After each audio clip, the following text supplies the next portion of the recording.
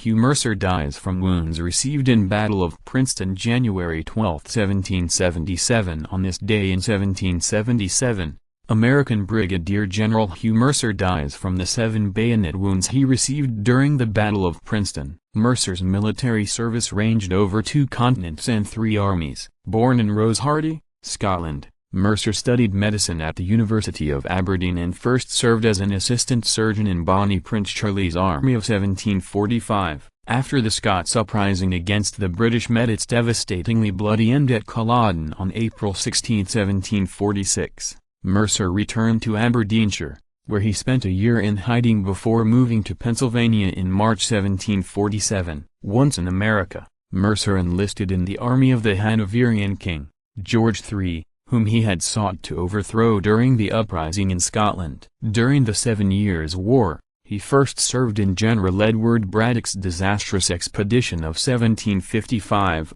in which he was wounded, and then again with Lieutenant Colonel John Armstrong's army at the Raid of Kittanning in 1756. From 1760 to 1775, Mercer worked as an apothecary and practiced medicine in Fredericksburg, Virginia. When the colonies took up arms against the British, he quickly returned to his rebellious roots. When first commissioned as a captain in the Continental Army, Mercer was charged with leading the independent company of the town of Fredericksburg. He was soon made a lieutenant colonel, commanding a militia battalion. By December 1775, he was a full colonel and the first commander of the 3rd Virginia Regiment, with luminaries including James Monroe and John Marshall under his command. General George Washington personally requested Mercer's promotion to brigadier general in June 1776. 6 months later, Mercer led a brigade during the Battle of Princeton. Although famed medic Benjamin Rush tended to Mercer's 7 bayonet wounds,